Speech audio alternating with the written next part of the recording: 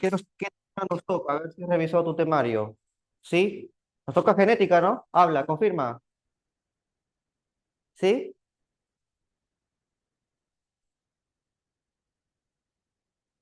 Evolución. ¿Sí? Habla, confírmame. Evolución, ¿no, chicos? Ya, muy bien. Gracias, Alison. Gracias. Muy bien. ¿Listo? ¿Cómo está? Bien, chicos, nos toca desarrollar teorías evolutivas y vamos a comenzar por detallar, ¿no? Por ejemplo, las ideas de un personaje llamado Lamarck, ¿sí?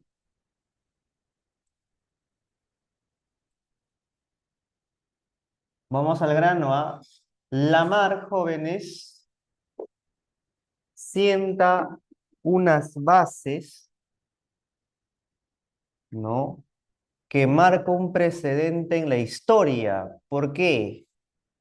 Porque fue el primer personaje en hablar de evolución.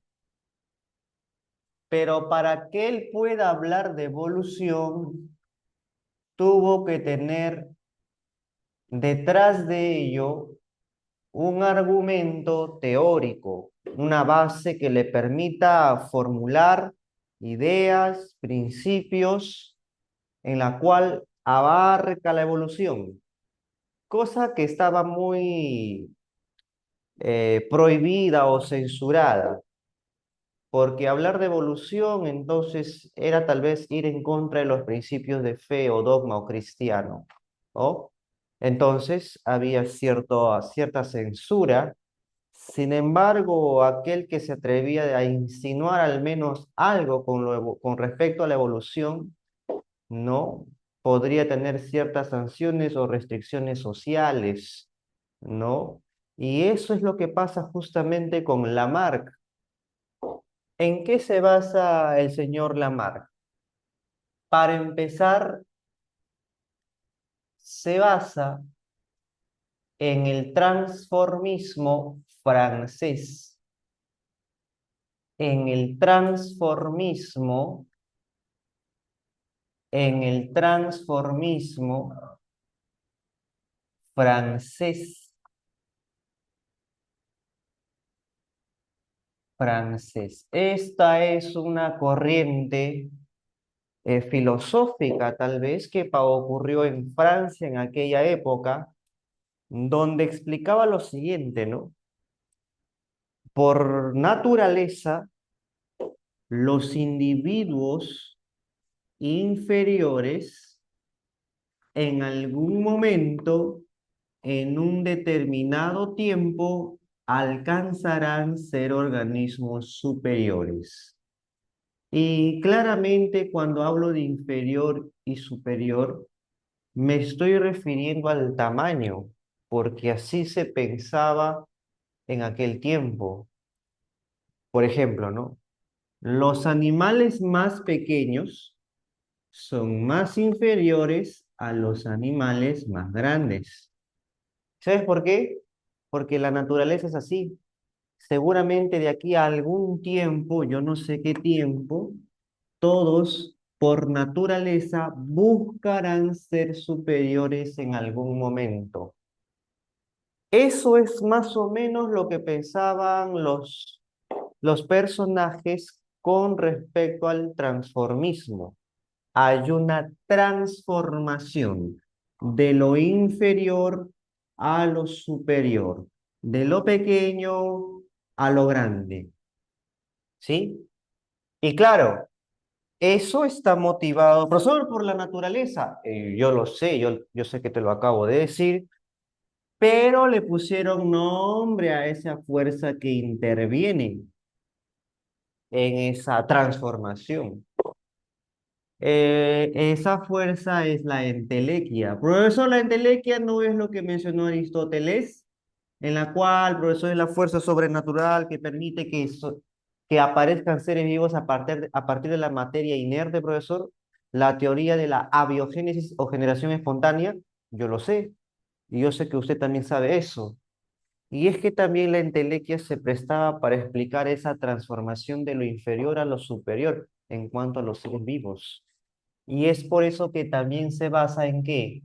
En la escala natural de Aristóteles. En la escala natural del señor Aristóteles. ¿Y qué explica la escala natural de Aristóteles? Todo lo que te he mencionado en ese grafiquito que está ahí en bloc. Que existe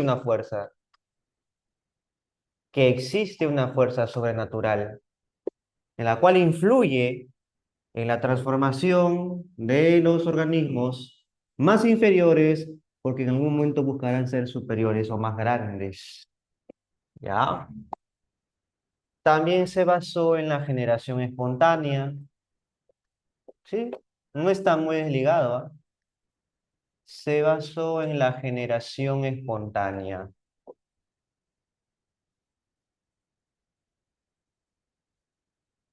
Entonces, es importante conocer los cimientos teóricos, filosóficos de Lamarck. ¿Por qué?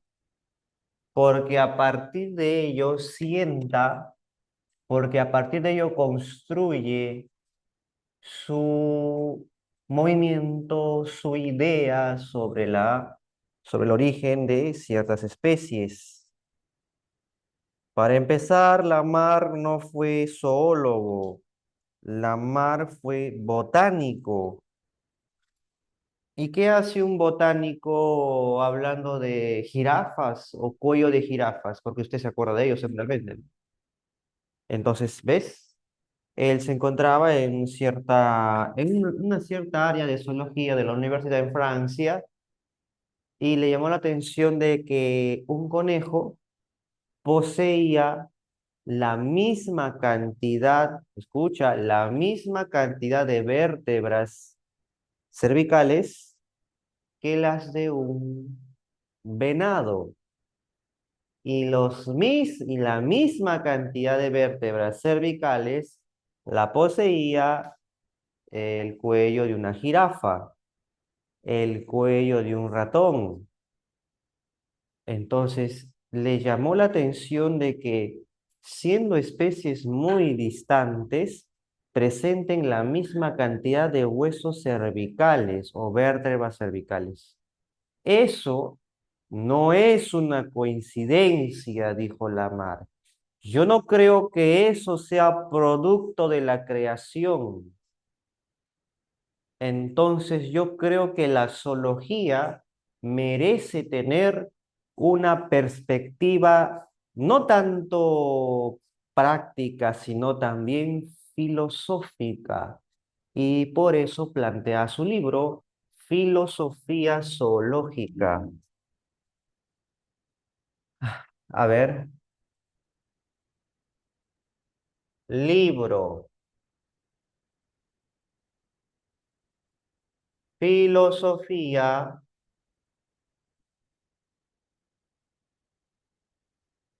Zoológica. Ahí está. Filosofía zoológica. ¿Y qué postulados se mencionaba en este libro? ¿Qué postulados? Por ejemplo,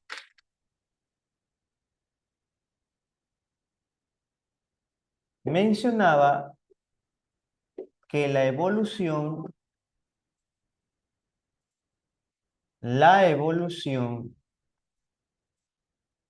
se inicia,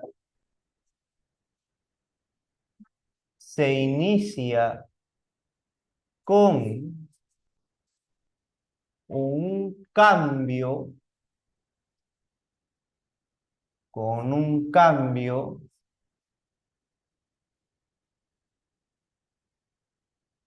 con un cambio radical o abrupto del ambiente.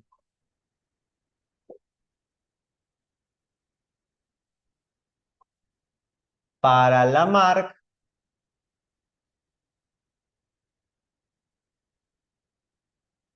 para Lamarck, la evolución comienza a partir de un cambio ambiental, a partir de un cambio radical o abrupto en el ambiente. Eso es importante. ¿Y por qué es necesario que comiences de esa manera? Porque cuando hay un cambio abrupto en el ambiente o en el medio o en el entorno, se genera lo que todo el mundo le llama necesidad. ¿Y qué tiene que ver la necesidad con el ambiente? Es que justamente al ver un cambio en el medio, ciertos organismos como los animales, como los antílopes, tendrán la necesidad de sobrevivir porque seguramente algo les falta, como por ejemplo, ¿qué? Su alimentación. Dame un ejemplo puntual. Mira, voy a escribir por aquí. Después de que exista un cambio abrupto en el ambiente, se generan las necesidades. Para la mar, la necesidad crea. La necesidad crea al órgano. ¿Qué órgano? Un órgano nuevo. La necesidad crea al órgano nuevo. O simplemente lo potencia. ¿Cómo así? Hace mucho tiempo, hace mucho tiempo usted sabe que existían antílopes, ¿no? Ya, mira, este es didáctico nomás, ya. Da, los antílopes. Y esos antílopes se alimentan de gramíneas, pastizales. Pero en el ambiente donde también habitaba este antílope primitivo, existían arbustos, como también árboles. ¿Sí? Cuando existe un cambio abrupto en el ambiente, por ejemplo, una sequía, los primeros organismos vegetales en fallecer fueron las gramíneas, principal fuente de alimento para el antílope. Pero al no haber gramíneas, ya tiene necesidad este antílope de alimentarse de otras fuentes para seguir sobreviviendo. Y lo hará seguramente ¿de qué? De los arbustos. Pero en algún momento estos arbustos también desaparecerán por la sequía y por el consumo muy obstinado de los antílopes, ¿no? En comérselo, ¿no? Entonces, habrá un momento donde la sequía se prolongue más de lo esperado y solo existan o puedan perdurar, por ser árboles más grandes, de mayor envergadura, aquellos árboles que todavía tienen una cierta altura. Eso hace que este antílope tenga la necesidad de estirar su cuello para poder coger bayas u hojas. Esa es la necesidad a que lleva a que el individuo, el organismo, el animal pueda sobrevivir. O sea, de cierto modo, la Marte habla de supervivencia también. ¿Y cuál es el nuevo órgano? Que con el tiempo, mira, ¿te acuerdas? Con el tiempo, ese órgano pequeño ahora tiene que ser grande. Con el tiempo, estos antílopes estiran más su cuello, adoptando un cuello más largo. Y ese cuello más largo es un órgano nuevo. Así es. Entonces, ¿ese es un ejemplo de transformismo? Claro. El problema está en que la evolución actual, la evolución que se conoce hoy en día, no es lo mismo que transformismo. Evolucionismo y transformismo son dos cosas distintas. Los animales, todos los seres vivos evolucionan, mas no se transforman, aunque eso también amerita que se explique la diferencia. Por ejemplo, un ejemplo de transformismo es el clásico Pokémon, ¿sí? Ese anime o no, manga, anime, ese dibujito, ya. Pokémon sí es un claro ejemplo de transformismo, no de evolución. Eso, ¿por qué? Porque de una especie, entre comillas, de un Pokémon, ponle Pokémon A, cuando evoluciona, entre comillas, ahora es otro. Pero fíjate ese cambio que sufre así abrupto. Eso es un ejemplo transformista, no evolucionista. Y es que los antílopes primitivos de cuello corto, con el tiempo, adoptan un cuello largo, pero ya no son antílopes, pues, serán las jirafas. Así es como lo describe el señor Lamarck. Ahora, aquí también postula la de la herencia, ley de la herencia de los caracteres, de los caracteres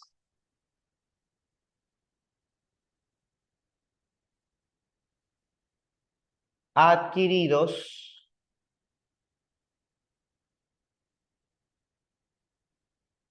ley de la herencia de los caracteres adquiridos. Y yo sé que usted ha escuchado esto. Profesor, más o menos en qué consiste.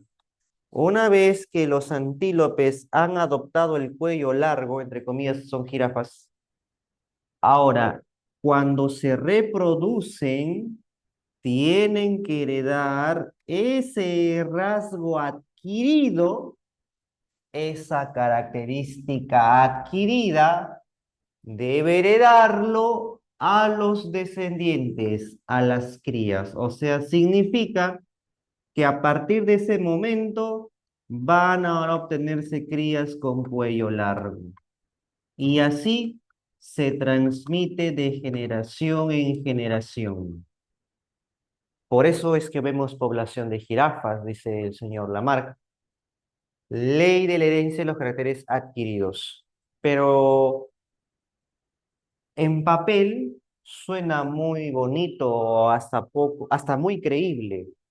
Lo que usted sabe ahora es que no siempre se cumple eso, porque usted si recuerda la clase de genética, el genotipo cuando se expresa, profesor, dará el fenotipo como resultado y es lo que todos podemos observar, sí. Pero dime, ¿cuál es el factor que interviene en la visualización de un fenotipo? ¿No es el factor ambiental? ¿No es el factor tipo ambiente o simplemente factor de medio? Ya, pues, es algo que se desconocía cuando se habla de heredar algo a la descendencia o a las crías. Entonces, la iglesia le pregunta, ¿no? ¿Y estás seguro que es así, Lamar? Sí. O sea que si yo agarro un ratón y lo cruzo con la ratona, es más, a ambos le voy a quitar un ojo. Voy a tener una pareja de ratones tuertos. Los voy a cruzar. Tienen descendencia. ¿Cómo crees que sale esa descendencia en cuanto a la cantidad de ojos? ¿Con un ojo, o sea, tuerto, o con dos? Si a los padres le he quitado un ojo, a los padres le he quitado un ojo, pues la descendencia sale con dos ojos y no deberían heredar la característica nueva de un solo ojo. Ya, ¿qué dijo Lamarck? Es que lo que pasa no ocurre, o sea, esta herencia de los caracteres adquiridos no ocurre en un corto tiempo, ocurre a largo tiempo, con mucho tiempo de lapso, ¿no? Así es. Ah, o sea que no es a la primera descendencia, no. Entonces vamos a buscar la F500 de esos ratones, ¿te parece? Hicieron pues la F500. ¿Y cómo salieron todas las crías? Con dos ojos. Entonces, bajo ese concepto, Lamarck quedó apabullado, o vamos a decirlo así, ridiculizado, ¿no? Quedó en ridículo ante la sociedad. Porque, ¿qué estás hablando? ¿Cómo vas a decir que los animales o las especies puedan transformarse por una fuerza sobrenatural, que la necesidad crea el órgano, que el ambiente? No, estás yendo en contra de los principios católicos, cristianos. Eh, no mereces nada más, nada mejor que el ridículo. La verdad, estás haciendo el ridículo. Y sufre es el que paga las consecuencias por hablar de evolución, entre comillas, por primera vez. Pero realmente te hablaba de evolución, no, te estaba hablando de transformismo. Muy bien. No solamente se atrevió de hablar de caracteres adquiridos, sino también de los perdidos. ¿Cómo es eso de los perdidos? ¿Tú sabes cómo surgen las serpientes para Lamarck? ¿O cómo aparecen las serpientes para el señor Lamarck? ¿A partir de qué? A partir de lagartos o lagartijas con patas. Claro. ¿Por qué? Lo que sucede es que para estos reptiles que tenían patas cortas, les era torpe y muy desventajoso desplazarse usando sus patas cortas. Y era presa fácil seguramente de algún depredador, o le era torpe simplemente para poder cazar o buscar alimentarse de algo, ¿no? Pero más fácil era desplazarse sin usar las patas cortas, sino simplemente reptando como actualmente lo hace una boa o una serpiente. Y fue así que dejó de usar aquel órgano, patas cortas, para desplazarse mejor. ¿Y qué crees? Con el tiempo, no corto tiempo, con un tiempo muy prolongado, tal vez muchos años, esos reptiles de patas cortas ya no tenían patas cortas. No, porque ahora se desplazaban 100% reptando, sin usar patas cortas, que le era más ventajoso. Y ahora que tienen un cuerpo sin patas cortas, torpes, las tendrían que heredar esa característica ya no adquirida porque en este caso se ha perdido las patas cortas. O sea que el órgano adquirido o el órgano perdido también se debería heredar a la descendencia. Para la mar, sí. Pero ojo, no en un tiempo corto, en un tiempo muy prolongado, gradual. Am, por eso establece también la ley del uso y desuso. La ley del uso y desuso. ¿Qué significa eso? Que aquel órgano que se trabaje más, que se ponga en acción más, el órgano que se trabaje o se opere más en campo, logrará en un cierto tiempo una potencia, una fuerza, una estructura más prominente, porque si es prominente, mira lo que dice la manera, porque si es prominente o grande, significa que es una estructura superior, típico del transformismo, ¿no? Típico de la escala natural de Aristóteles. Eso es lo que hace entender, mira, su modo filosófico plasmado en especies. Entonces, ese órgano potenciado por el constante uso debe ser heredado a la descendencia. Ley de la herencia ley de la herencia de los caracteres adquiridos, ¿no? Y si por el contrario, ese reptil que tenía patas cortas perdió las patas cortas en algún tiempo, ¿sabes por qué la perdió? Porque estaba en desuso. Es decir, el órgano que poco se usa, ¿no? Por X motivos o condiciones, en algún momento llegará a atrofiarse. Y si llega a atrofiarse, seguramente desaparecerá. Y si desaparece, ahora la nueva descendencia deberá heredar esa característica perdida. Ese es el señor Lamarck.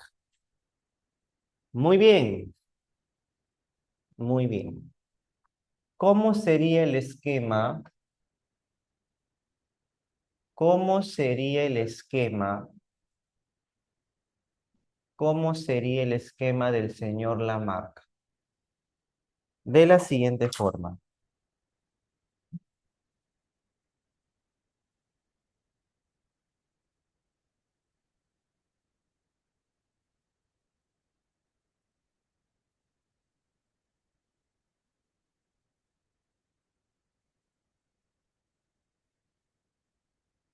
Esto me va a representar un órgano de una especie o tranquilamente la misma especie, el mismo animal, ¿no? Donde seguramente en algún momento, era una especie alfa, voy a nombrarlo así, especie alfa.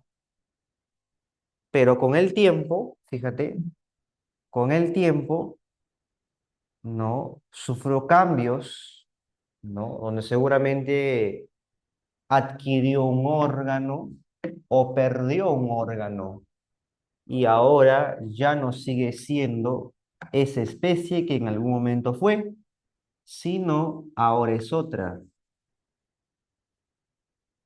Eso no se detiene. ¿Por qué? Porque la naturaleza siempre busca una estructura más grande, un organismo más superior.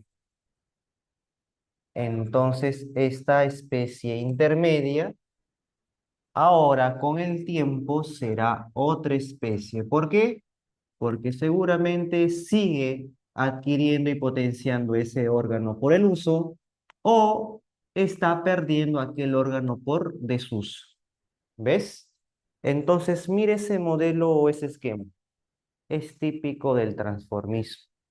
Y no hay que olvidar que para la mar, para los transformistas, va desde un organismo inferior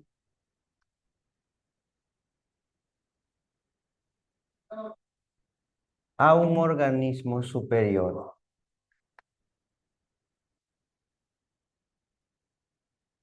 Y no olvides que actúa una fuerza, ¿no?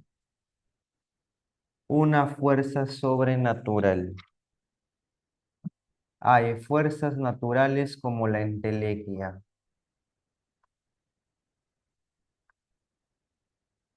Ahí está. ¿Qué te parece? El esquema que mejor ejemplifica a las ideas lamarquianas.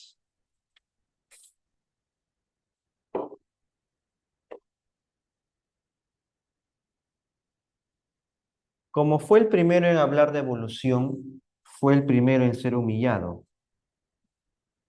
Y es que para poder demostrar que la evolución es algo que se da y no se puede refutar, hay que demostrarlo con pruebas.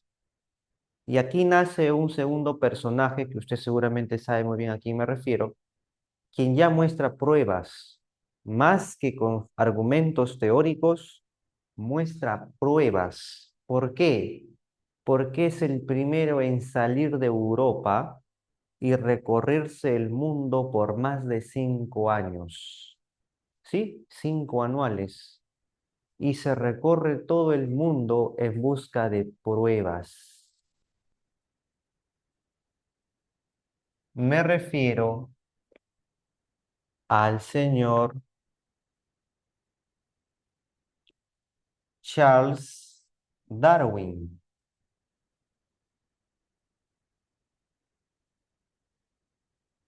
Al señor Darwin. El señor Darwin se basa en ciertos postulados que Lamarck mencionó alguna vez. Darwin y Lamarck no se encuentran distantes a nivel conceptual, eso quiero que entienda usted. Darwin se apoya mucho en los criterios, en el pensamiento lamarckiano, pero difiere en algunas cosas. Este personaje viene de familia acomodada, de clase social media alta, por no decir alta, y por ende su familia estaba relacionado a la clase del clero, o sea, al linaje eclesiástico. El padrino de Darwin era el mismísimo obispo de Inglaterra, porque él es inglés. Su padre, Erasmus Darwin, era un personaje también conocido, médico, fijista, es decir, acérrimo creyente de la fe, de Dios, ¿no? Del purgatorio, del diezmo. Entonces, él debería seguir los mismos principios filosóficos, dogmáticos de su familia. Y es más, toda la familia de Darwin siempre fue médico, en pura medicina. Darwin era el único al quien no le gustaba ser médico porque tenía miedo a la sangre. Bueno, con eso no habría problema, ¿no? Ya, pues estudiarás qué cosa, no sé, otra carrera. Pero Darwin se inmiscuye mucho en lo que se rondaba, en lo que se especulaba, porque esto era censurado, de que alguna vez hubo un personaje que se atrevió a hablar de algo, que fue censurado, ridiculizado, pero ¿por qué? ¿Por qué no puede ser cierto lo que dice? ¿O verdaderamente está loco? Entonces tiene el dinero para poder hacer un viaje por todo el mundo. Y en vez de seguir la carrera de la familia, como el de su padre, decide ir en busca de pruebas. No buscar pruebas de que Dios existe y que la fe no debe ser refutada.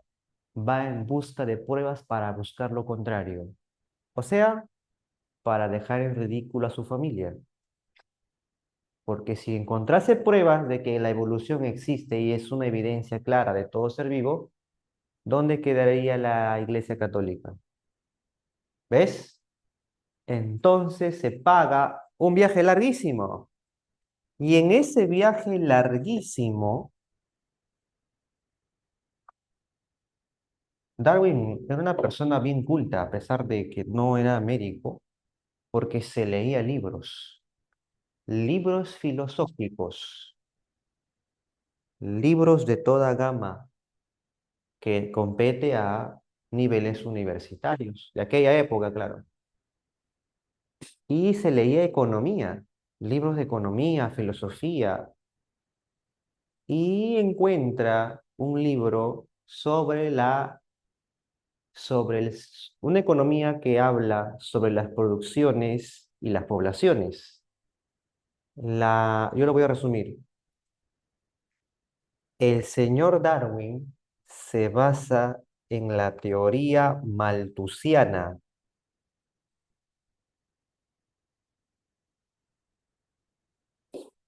Malthus era un economista de aquella época donde tenía muchos libros y en uno de ellos mencionaba que la población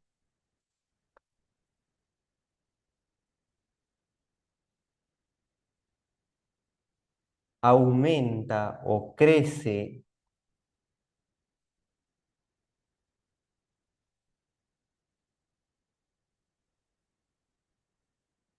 en progresiones geométricas.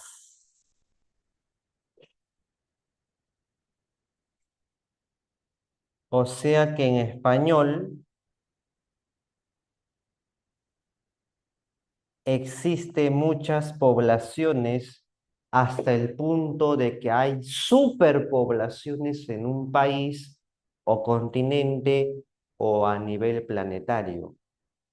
El problema no es que se reproduzcan y crezcan en población. El problema es la producción. Mientras que la producción O sea, los recursos, ¿no? Mientras que la producción, es decir, los recursos, mientras que la producción, paréntesis, recursos, crecen o aumentan en progresión aritmética.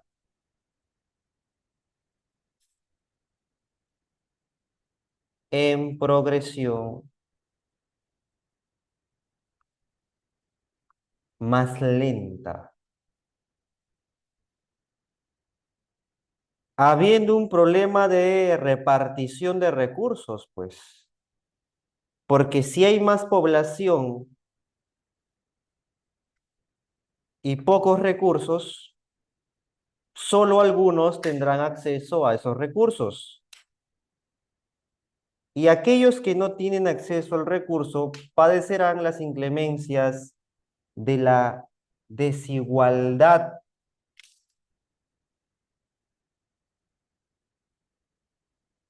Por ende, solo un grupo de personas se beneficiarán y otras se perjudican. Esto genera un desequilibrio, pero ¿cómo lleva la teoría malthusiana, hablando de economía de países, continentes, humanos, población, a las especies que él muestra como prueba en su libro? Porque él escribe un libro, o bueno, un primer libro, en la cual lo titula El origen de las especies. Ese fue su primer libro, ¿eh? El origen de las especies. O sea, saca un volumen 2, sí, pues. Por ahora, el origen de las especies.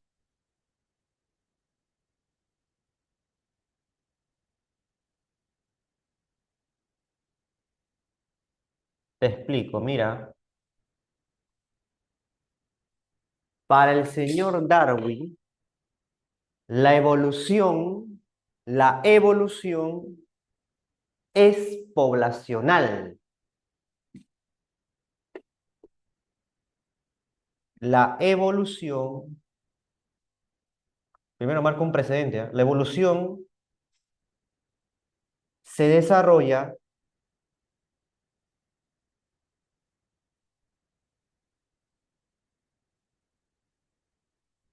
a nivel poblacional,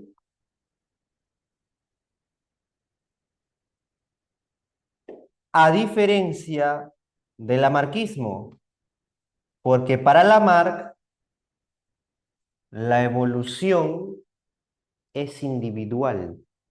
Por eso te cito un ejemplo: antílope, antílope con cuello mediano, antílope, no, jirafa, antílope, antílope con cuello mediano o un poco largo o proyectado y jirafa.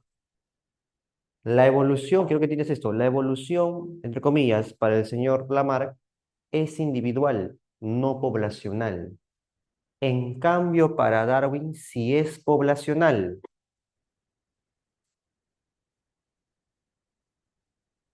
¿Y cuál es la diferencia?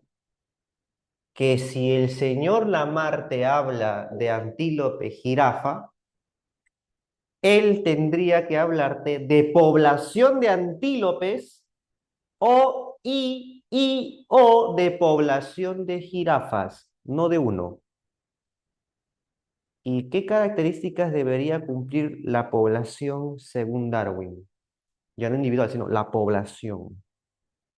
La población debe ser abundante. Mira lo que dice, ¿ah? La población no debe ser pequeña, debe ser grande.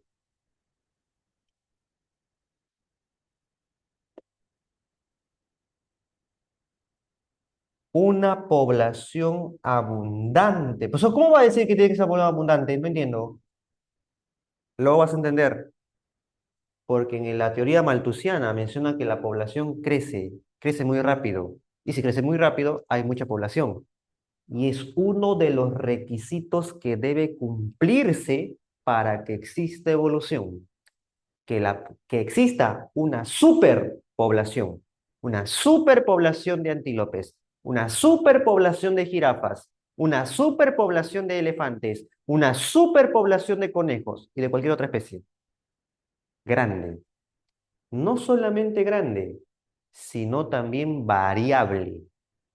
Población abundante y variable. ¿Son como que variable? A ver, como Darwin se pudo viajar por el mundo, y fue por más de 5 años, cuando él llega a tierras ajenas y pisa suelo ajeno de otro continente, otro país, él puede visualizar, por ejemplo, tortugas. Pues son tortugas de los Galápagos, ya tortuga de Galápagos. El Ecuador, continente americano, región sudamericana, ya. Cuando llega a Galápagos y visualiza tortugas, él se pone a convivir con las tortugas. Él no va, toma foto y se va. No, él vive, él duerme, él convive con las tortugas. Y él registra en su libro que al convivir con las tortugas, con la población abundante de tortugas, puede diferenciar características que tal vez otra persona que está de paso no lo vería. Por ejemplo, hay tortugas que tienen patas más largas. Hay tortugas que tienen patas cortas. Hay tortugas con un caparazón más ovalado. Hay tortugas con un caparazón más recortado. Hay tortugas que tienen ojos más grandes. Hay tortugas que tienen ojos más pequeños. Hay tortugas con cabeza más prominente. Hay tortugas de cabeza más pequeña. Hay tortugas de una coloración típica en su caparazón. Y hay tortugas con diferentes formas a nivel de la superficie de su caparazón. ¿Qué cosa está demostrando? Si todo lo que te he mencionado corresponde a una especie, solo que son una población. No vayas a pensar, es que son distintas especies. No, es la misma. Y es que cuando él convive con las poblaciones, logra notar y registrar y diferenciar las diferencias, las variaciones que tiene esa misma población. Y para Darwin debe cumplirse esos dos criterios: que sea grande la población y que esa misma población grande tenga variabilidad. ¿Para qué? Para que pueda existir evolución. A ver,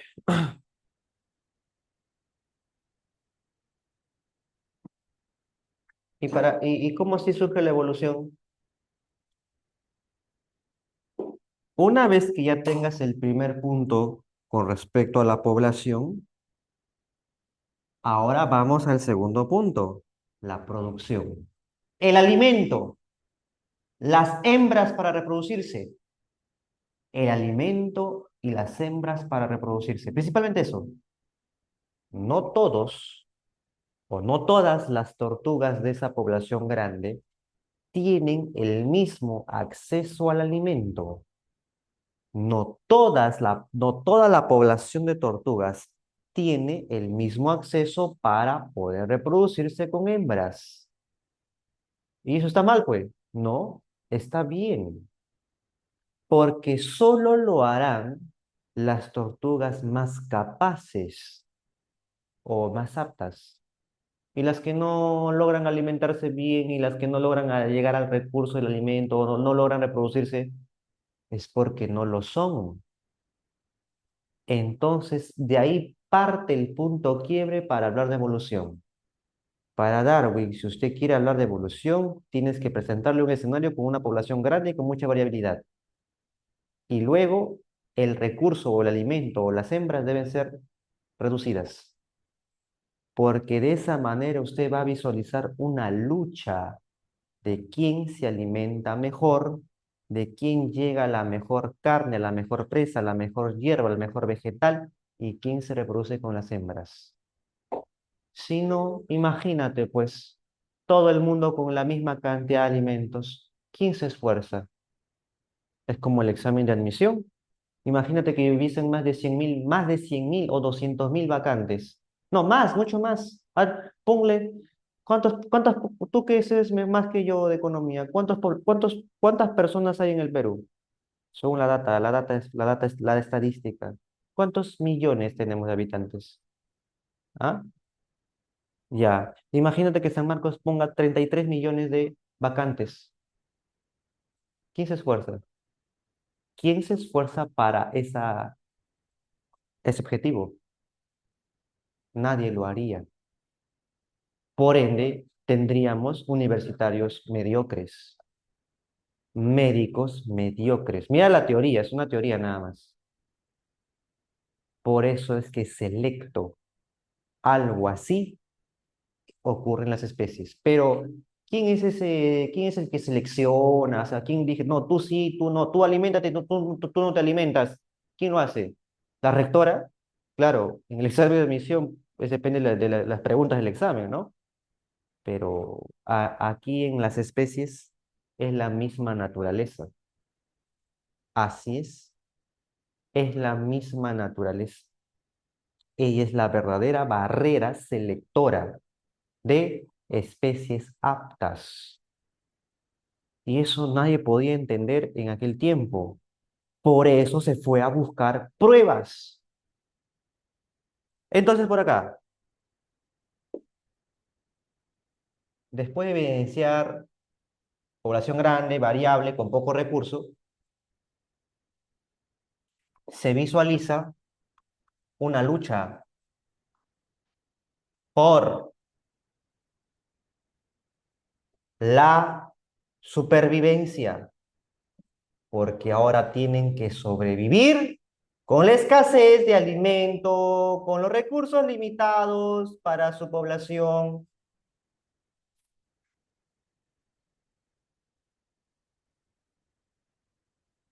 Ahí está. Lucha por la supervivencia. ¿Qué más? Lucha por la supervivencia, ¿no? También se manifiesta aquí, ¿no? También le dicen lucha por la existencia, lucha por la supervivencia. Aquí hay selección. Selección. ¿Artificial? No. ¿Por qué? Porque te acabo de decir que es la naturaleza que se encarga de ello. No infiere otro factor. Al menos ocurre de forma natural. Por eso le llaman selección natural. Porque es la misma naturaleza. Hay selección natural del más apto. Solo el más apto sobrevive. Lucha por la supervivencia, selección natural del más apto, coma, y el más apto es el que sobrevive,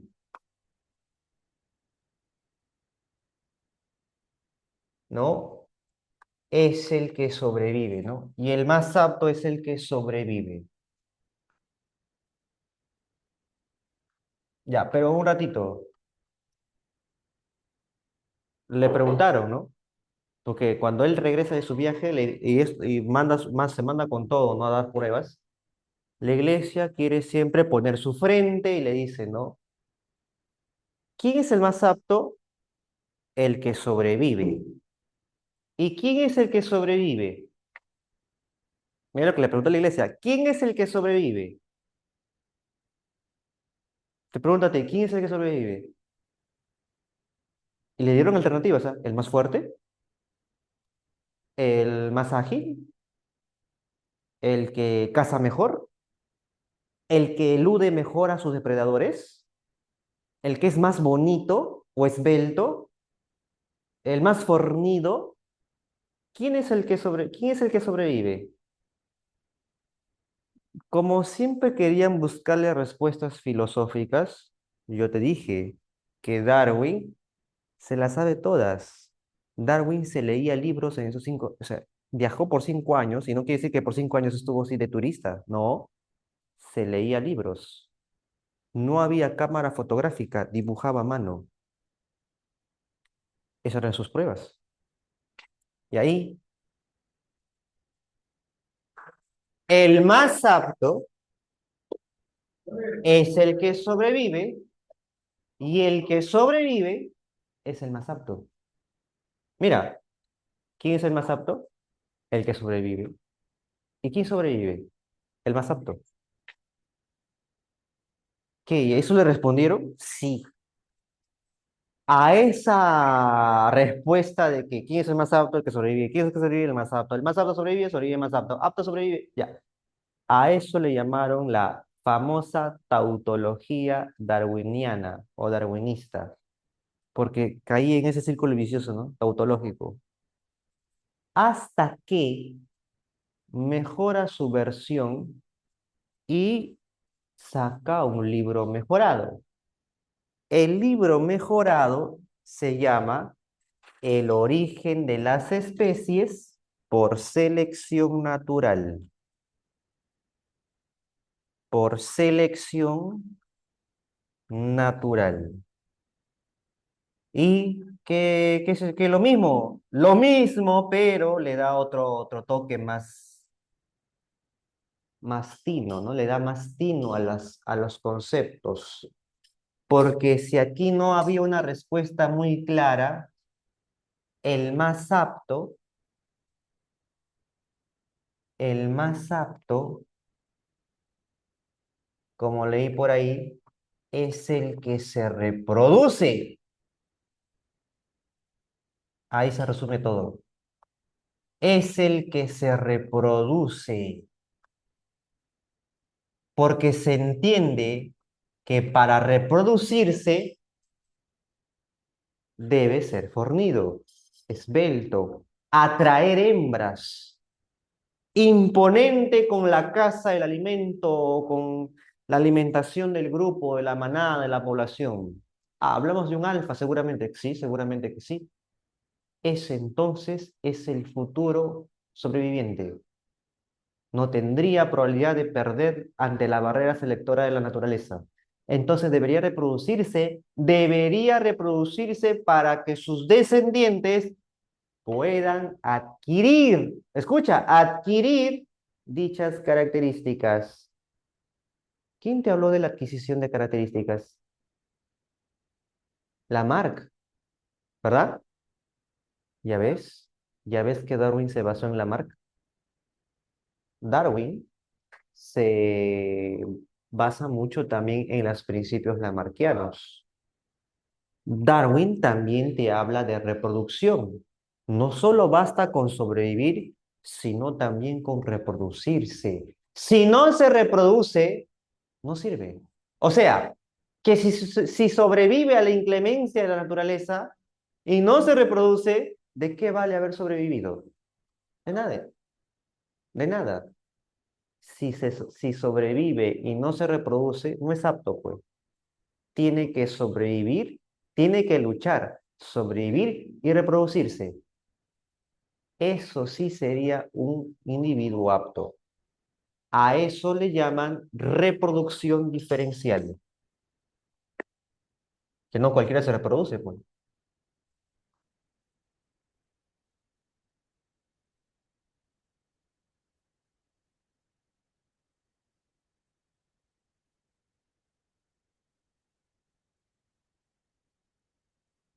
Reproducción diferencial, la reproducción del más apto.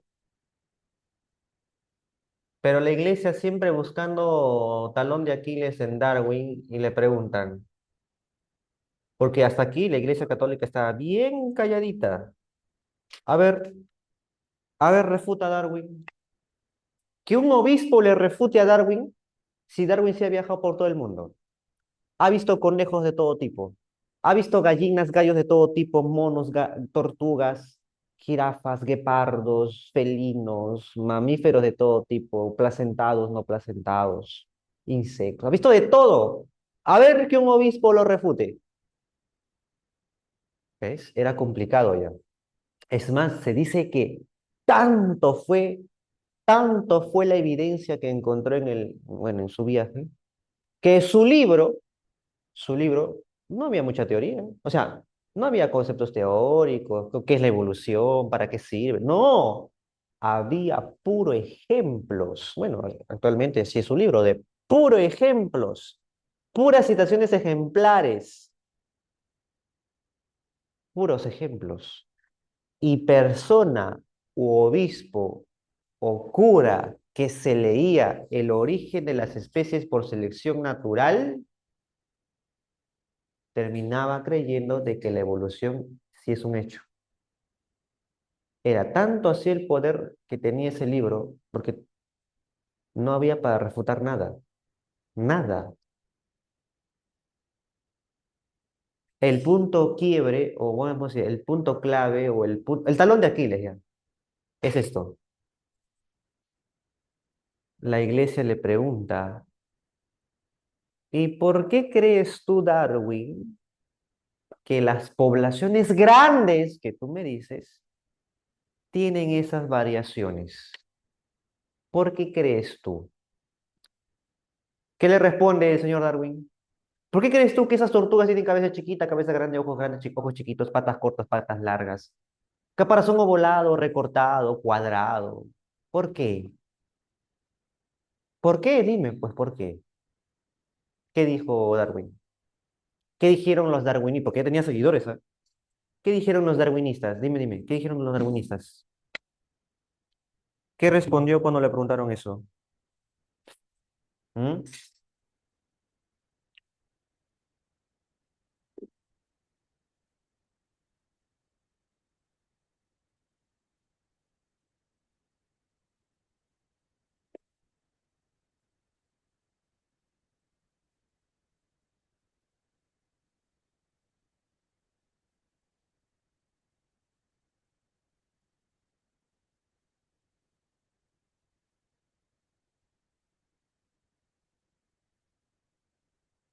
¿Por qué es variable? Pues? ¿Por qué una población es variable? Ahí está la respuesta. ¿Por qué una población tiene esas variabilidades?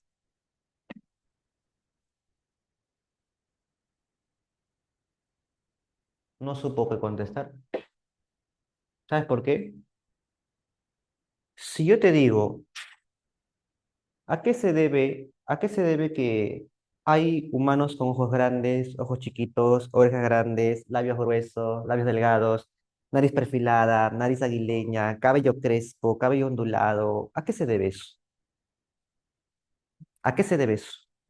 Talla alta, talla baja, con textura gruesa, con textura delgada, uñas cortas, uñas largas.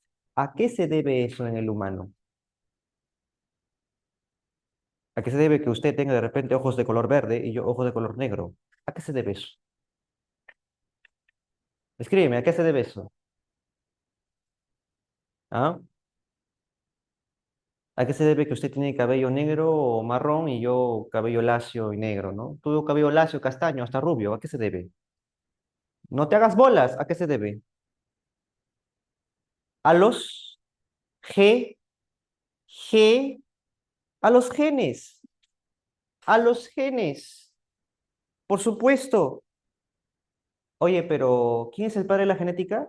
Mendel, ¿no?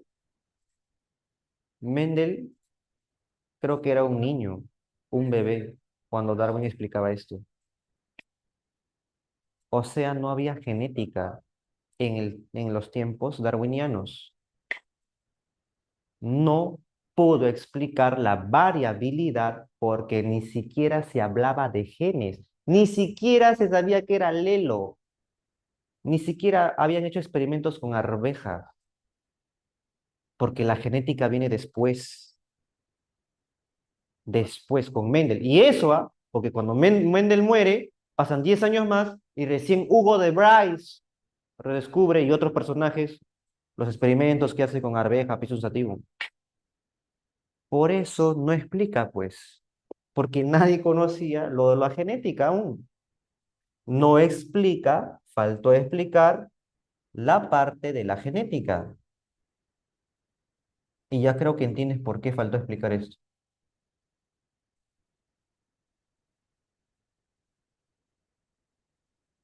La genética estaba en pañales.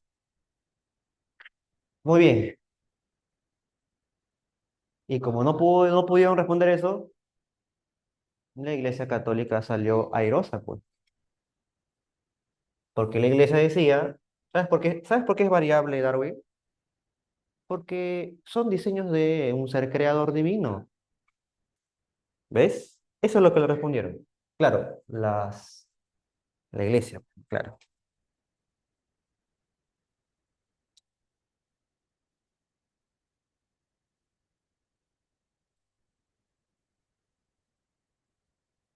Muy bien, muchachos.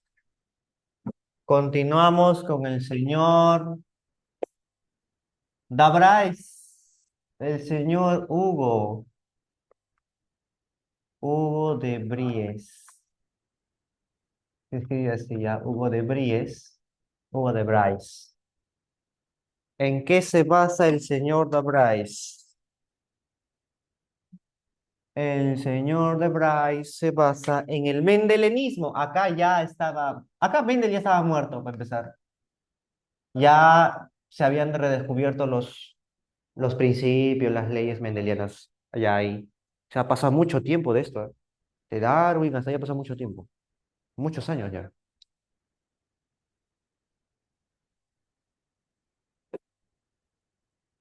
Se basa en el mendelenismo.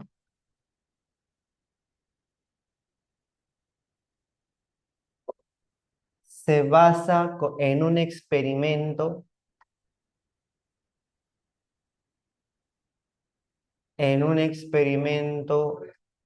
con una planta, Oinotera lamarckiana. Oinotera lamarckiana. Es una planta lamarckiana. Lamarckiana. También le llaman planta de Onagus. Planta de Onagus. Y el libro que este señor postula, el libro se llama La teoría de la mutación.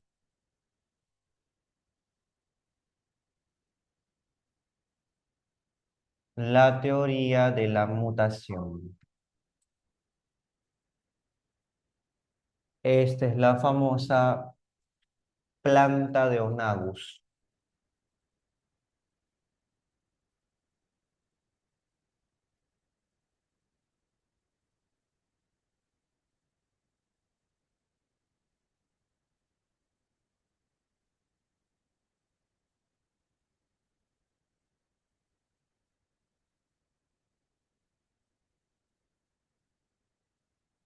Muy bien. Ya, ¿qué mencionaba el señor Godebrecht en ese libro? Mencionaba lo siguiente, ¿no? La evolución,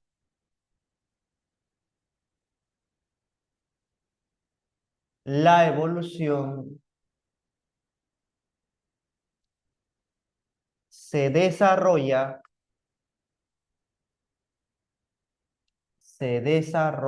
por mutaciones, palabra clave, por mutaciones.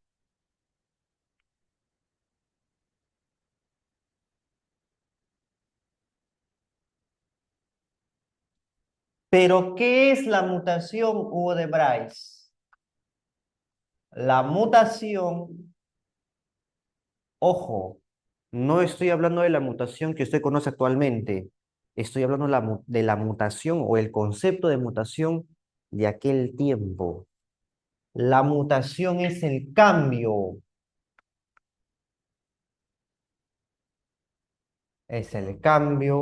brusco,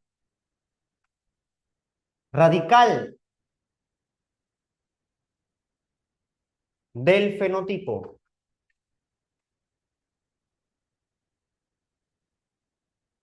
Del fenotipo.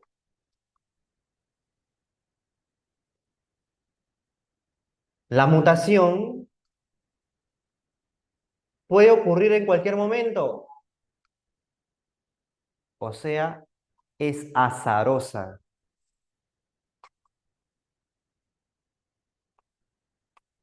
Puede ocurrir en cualquier momento y en cualquier especie, no solo animal, sino también plantas. Es azarosa, es abrupta, es decir, mira, puede ocurrir en cualquier organismo, puede ocurrir en cualquier momento y no tiene objetivo, no tiene fin, no sabes cuándo acaba, no sabes si ese nuevo cambio brusco del fenotipo es para bien o para mal, sin dirección. Simplemente se da y punto, por cuestiones del azar.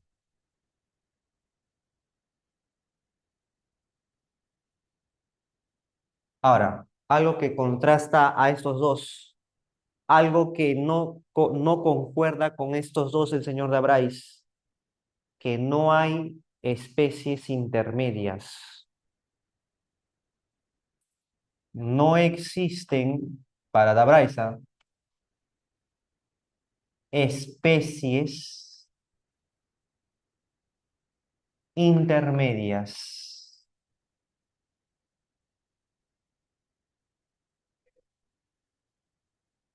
No existen especies intermedias. O sea, ¿a qué se refiere con eso? ¿A qué se refiere con eso?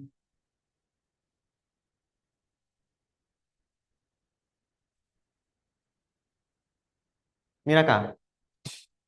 ¿Te acuerdas que la mar decía antílope, antílope con cuello mediano y jirafa? ¿Sí?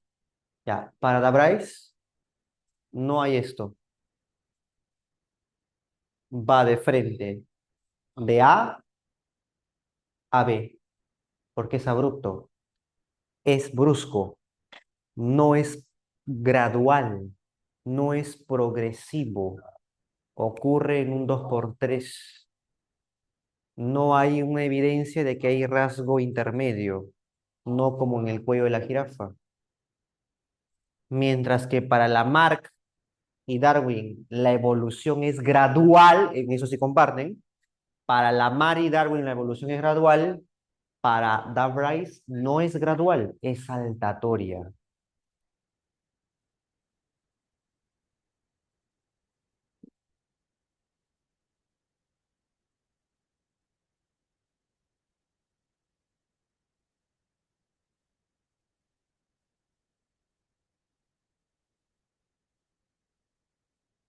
Por eso hablan del saltacionismo, pues.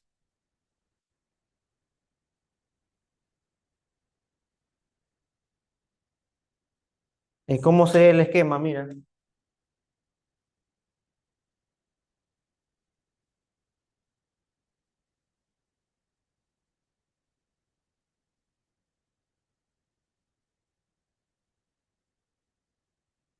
en algún momento fue una especie A, pero por un cambio brusco en el fenotipo, es decir, por mutación, ahora es B. Y no toma mucho tiempo. Es saltacionismo, saltacionista, no es gradual. ¿Ya? Pasamos con Dobzhansky.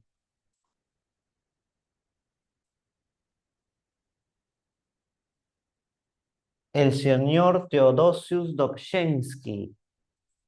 ¿En qué se basa el señor Dobzhansky?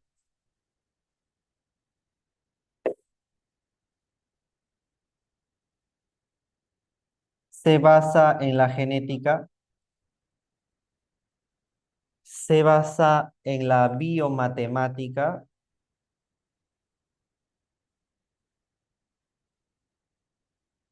se basa, no, por acá, se basa en la genética mendeliana y no solamente en la mendeliana, se basa en la genética de poblaciones.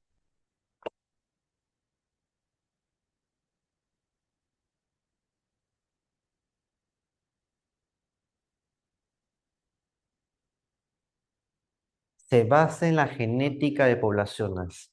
También toma algo del mendelenismo.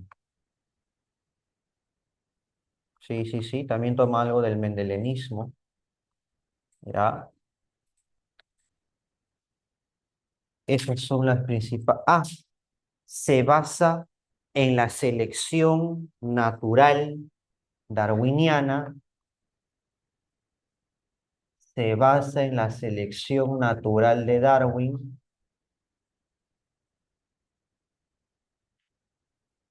Se basa en la selección natural de Darwin. Se basa en el libro del origen de las especies. Se basa en Mendel. Se basa en genética de poblaciones. Mira que ya había avanzado la genética aquí, ¿eh?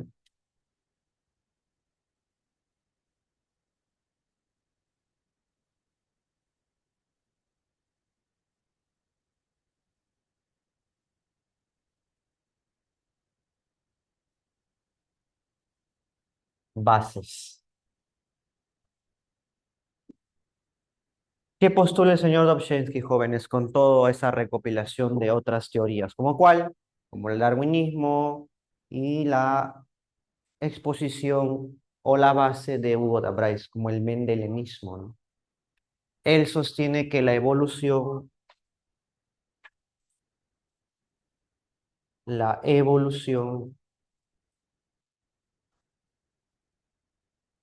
se da o se desarrolla por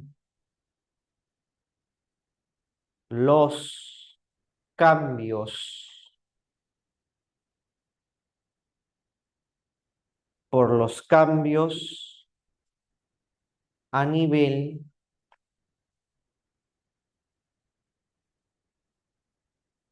de las posas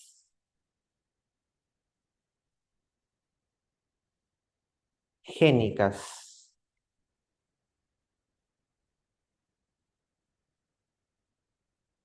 Y le preguntaron, pues, ¿no? ¿Y qué es una posa génica?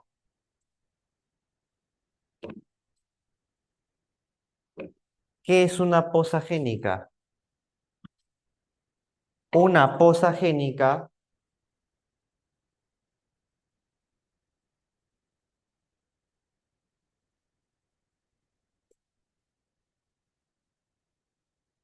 la posa génica es el conjunto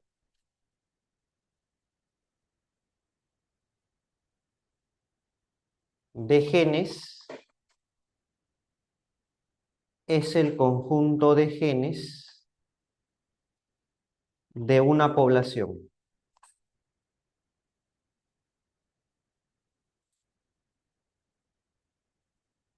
O sea, trata de reforzar la idea darwiniana apoyándose en lo que él no pudo hacer en aquel tiempo, pero también basándose en conceptos mendelianos de genética. ¿Ya? Ahora,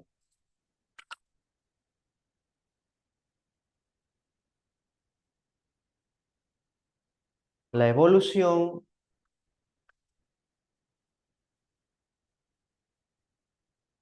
acá lo voy a poner. La evolución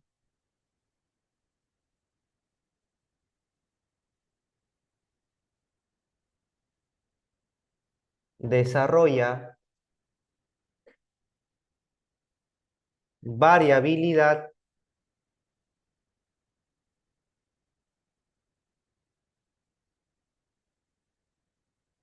en las posas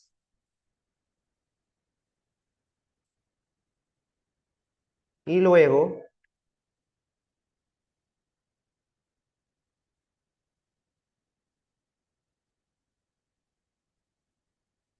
sufren la selección natural.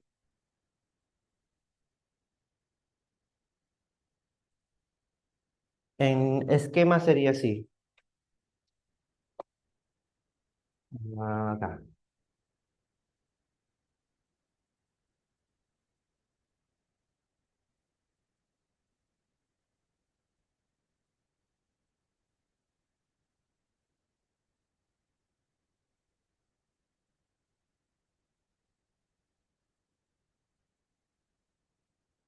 Ya, mira, cada círculo azul me representa una poza. Voy a llamarle a esta poza uno y ese círculo que me representa la poza, ¿ya? ¿Y qué es una poza? El conjunto de genes de una población. O sea, voy a tomar, por ejemplo, la población de conejos. Una población de conejos. ¿Y qué se hace? Un rastreo poblacional a nivel genético. O sea, aquí ya hablo de genes. Quiere decir que dentro de este circulito voy a encontrar genes, pero de la población, no de un conejo, sino de la población de conejos. Por ejemplo, puede tener este gen, mira, puede tener este gen. Ahí está. ¿Qué pasa? Con el tiempo, porque esto también es gradual, ahora han aparecido nuevos genes, mira, han aparecido nuevos genes. Ahí está. A esos genes nuevos, ahora le llamo posagénica 2, porque es distinta a la primera. Y una vez que exista variabilidad, pero no de especies, sino genes de una población, sufren luego una selección, como la que Darwin en algún momento explicó. Significa que es la naturaleza, acá está la barrera, ¿no? Selección.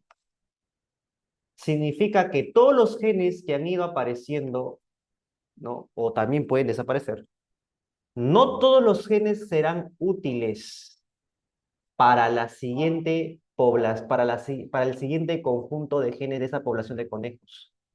Significa que algunos genes se van a mantener por mucho tiempo, pasando muchos años, tal vez siglos. Ahí está, mira. ¿Ves? O sea, hay genes que perduran, hay genes que perduran y hay genes que no, que simplemente se pierden, se pierden o se inactivan de por vida y si se inactivan, se pierden. O también, mira, está, otros nuevos que han aparecido pueden pasar esa barrera de la selección natural. A esto recién le podría llamar posagénica número 3. Ahí está, posagénica 3. Entonces, ya no hablo de especies, sino de genes de una población. Los genes de una misma población van a ir cambiando, van apareciendo nuevos seguramente. Pero ¿quién determina que esos nuevos genes sirven o no sirven? Yo creo que eso lo determina la misma naturaleza. Si esos genes han podido pasar esa barrera natural, seguramente en esa población de conejos algo nuevo surgirá, una nueva habilidad, una nueva conducta, una nueva proteína, algo que lo hace diferente a la antigua población de conejos. Entonces, eso es evolución, ¿ya? Y profesor, y si fuese lo contrario, ¿qué tal le da desventajas? Bueno, se extingue. Y es que los evolucionistas sí creen en la extinción. Los fijistas no. Los fijistas no creen en la extinción. Tampoco los transformistas. Ya, tómale captura, por favor.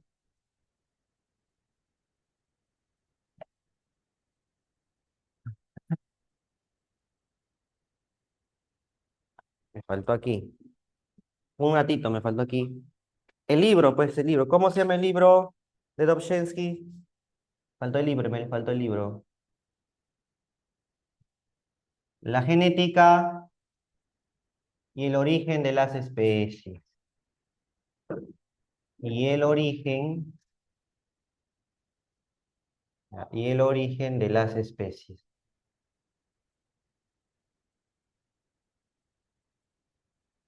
Ya, ahora sí. La genética y el origen de las especies. Ahora sí, ya está completito.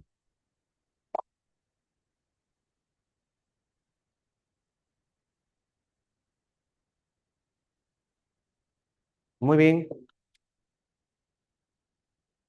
pasamos rápidamente a la teoría sobre el origen de la vida. Ya no a nivel de especies, sino cómo surge la vida. Y el primer personaje en filosofar y en explicar de cómo surge la vida sucede en el año, bueno, en el siglo sería, en el siglo 5 antes de Cristo. En el siglo 5 antes de Cristo. Aquí vamos a por aquí. ¿Mm?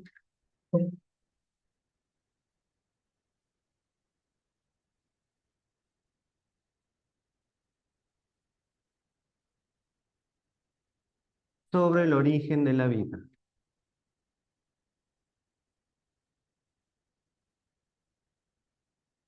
Usted sabe que la primera generación en aparecer, ¿se acuerda? La primera generación que trata de explicar cómo se forma una vida, es la generación espon, la generación espontánea, también llamada,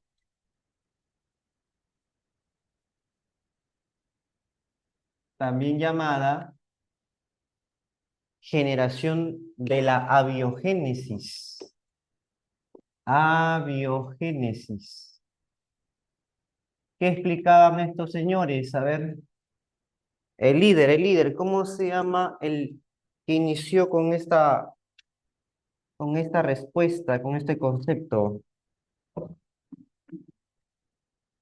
El señor Aristóteles, pues claro, el señor Aristóteles. ¿Qué mencionó el señor Aristóteles? Siglo 5 antes de Cristo, ¿no? Siglo 5 está antes de Cristo. ¿Qué menciona? Que, por ejemplo, de la materia inerte,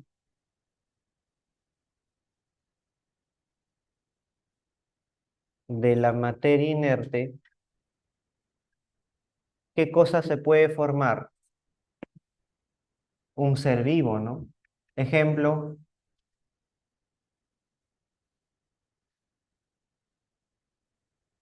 del fango o lodo nacen sapos o ranas.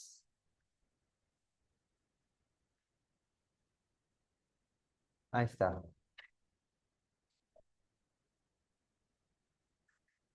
Eso mencionaba, por ejemplo, el señor Aristóteles, ¿no? Y claro, había una fuerza sobrenatural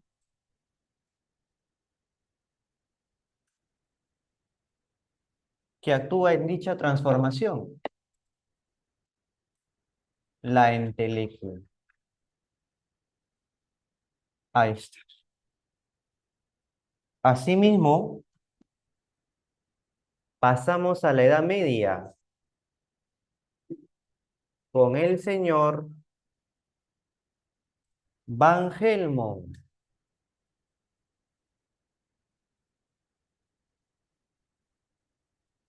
Van Helmont. Él era médico. ¿Y qué pasó con Helmont? Era un doctor o un médico que podía dar una receta. Es más, la había practicado él mismo. ¿Cuál era su receta? A ver, dime tú. Profesor, uno de los requisitos era presentar alguna prenda o vestimenta o ropa, pero no cualquier ropa, sino que también tenía que estar impregnada de sudor. Ah, de sudor, así es. Pero no solamente bastaba el sudor, sino que también tenía que tener ¿qué? Granos de ¿qué? De trigo, trigo. Y eso era suficiente ¿para qué? Para que en 21 días, mira, porque inclusive había dado la regla de las 21 días, ¿ah? Para que en 21 días aparezcan o surjan ¿qué? En 21 días aparezcan ratones. Entonces, el patrón es el mismo. Materia inerte, ropa con trigo, con sudor, son cuerpos inertes, inanimados. A partir de la materia inerte, ¿qué surge? Un ser vivo, un ser animado. Un ser vivo, un ser animado. ¿Ahí está? ¿Qué te parece? ¿No? Eso es lo que es clásico que preguntan de Van Helmont, ¿no? Edad media, edad media. Luego aparece el señor, acá va avanzando el señor John Needham. John Needham.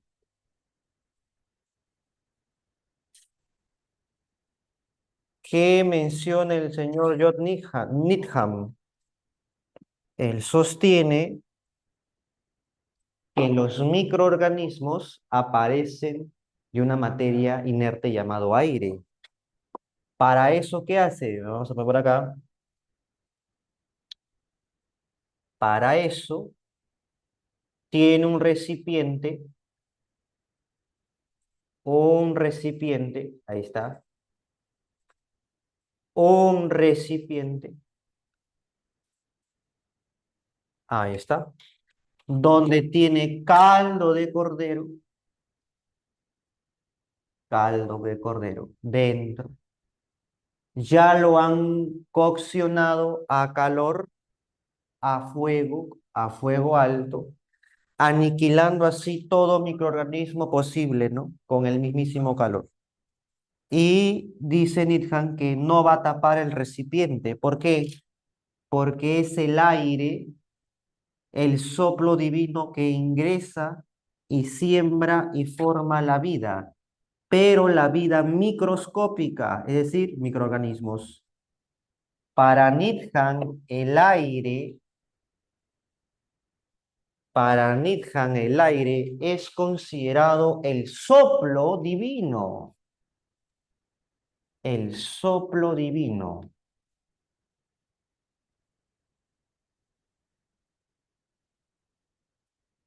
Ahí está. Y cuando se hace la muestra, se encuentra efectivamente bacterias, microbios, microbios. ¿Está? Ahora, para Needham, el aire es el soplo divino, ¿ya? Para Helmont, escucha, para Helmont, la fuerza que interviene es el famoso arcano. Es una fuerza sobrenatural, ¿ya? Lo que para Aristóteles es la entelequia, para Helmont es el arcano y para John Needham el soplo divino o aire. El patrón es el mismo, materia inerte. El aire es materia inerte, no tiene vida. Y sin embargo, Needham sostiene que esta materia inerte, llamado aire, o entre comillas, soplo divino, puede formar microbios. ¿Y los microbios qué son? Seres vivos, pues.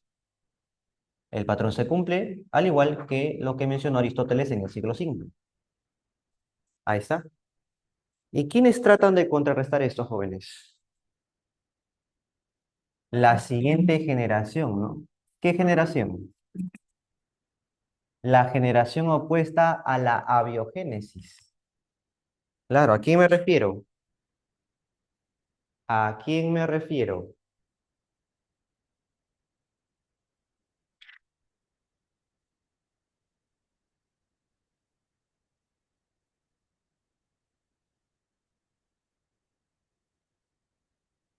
a la generación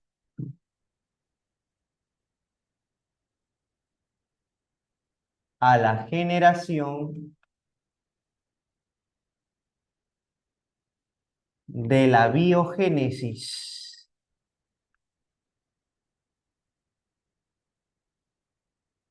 Uno de los principales fue el señor Lázaro Spallanzani.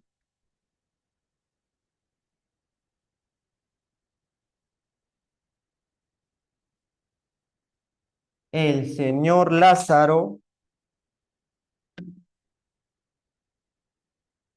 Spallanzani. Ahí está. ¿Qué sostiene el señor Lázaro Spallanzani? Agarra el mismo recipiente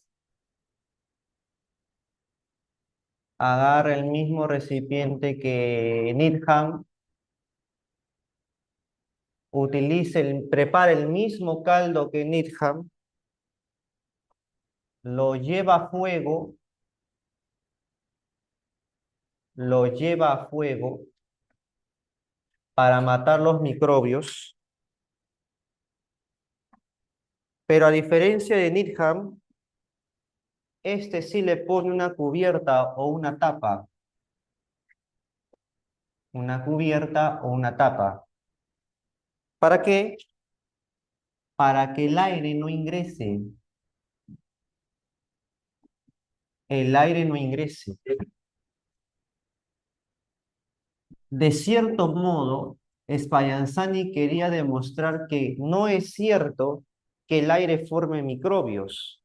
Por eso voy a tapar el recipiente. Tapón. Después de mucho tiempo, hace un análisis microscópico sobre el caldo de cordero. ¿Y qué va a encontrar? ¿Microbios? No, no encuentra nada. Sin microbios. Sin microbios. No hay microbios. ¿Y sabes qué menciona Needham? ¿Cómo no va a haber microbios si estás tapando la entrada del soplo divino, de esta fuerza elemental que genera vida? Me estás dando la razón. Entonces, no funciona ese experimento. Pasa un tiempo. ¿Quién aparece? El señor Redi, Francesco Redi.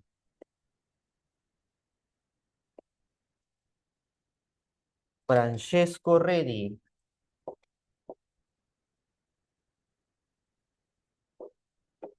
¿Qué menciona el señor Redi?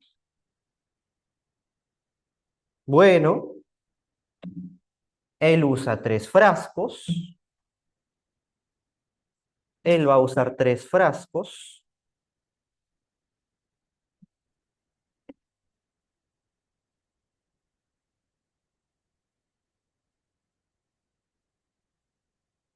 Ahí está. Él usa tres frascos homogéneos, o sea, del mismo tamaño, del mismo porte. Y él va a usar carne cruda. Y a los tres frascos le vierte la carne cruda. Ahí está. Ahí está. Fíjate. ¿Por qué usa carne? No entiendo, profesor.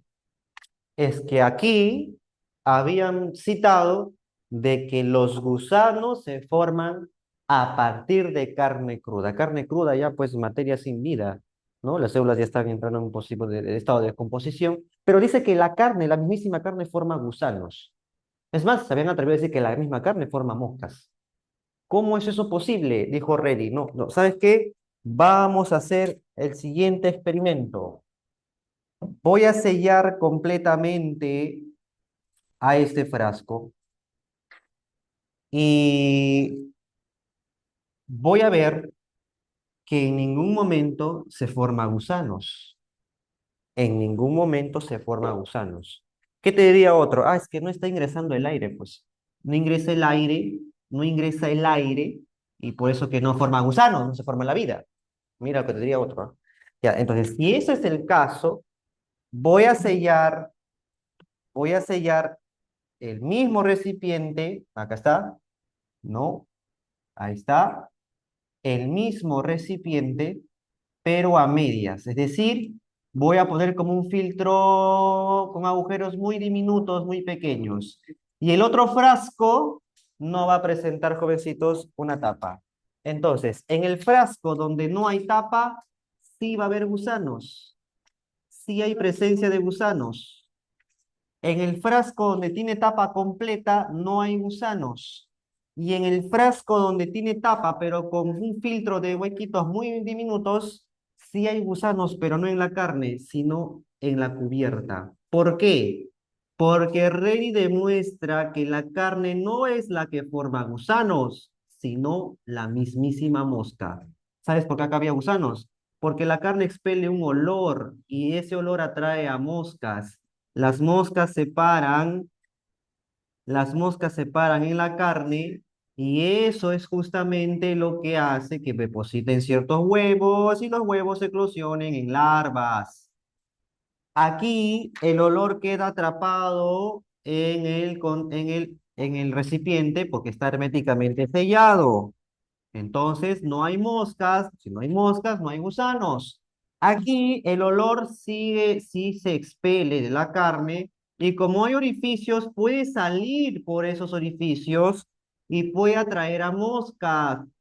Pero las moscas solo pueden posarse en el techo porque los huecos son tan finos o más pequeños que no deja pasar a ellas. Entonces los huevos serán depositados en la cubierta o en el techo y ahí simplemente se podrá visualizar, seguramente en unos días, los gusanos, pero no en la carne. Entonces, con eso bueno, es un golpe bajo para esta generación. ¿Cómo le llamó esa teoría? Teoría del helminto. Teoría del elemento. ¿Y qué cosa proponían los señores de esta generación? Proponen que la vida solo genera vida. La vida solo genera vida. Ese era el lema. La vida solo genera vida. Los gusanos no se forman de la carne, los gusanos no se forman del aire, los gusanos aparecen de moscas y las moscas son vida, son seres vivos y el gusano también. La vida solo genera vida. Listo. ¿Qué eres, Miss? ¿Ya? Ok. Muy bien, chicos. Nos faltaría simplemente hablar de quién, del señor Louis Pasteur, luego de Arrhenius y finalmente de el señor Oparin. Y con eso marcaríamos las preguntas, ¿sí? Bien, chicos, nos vemos después. Nos vemos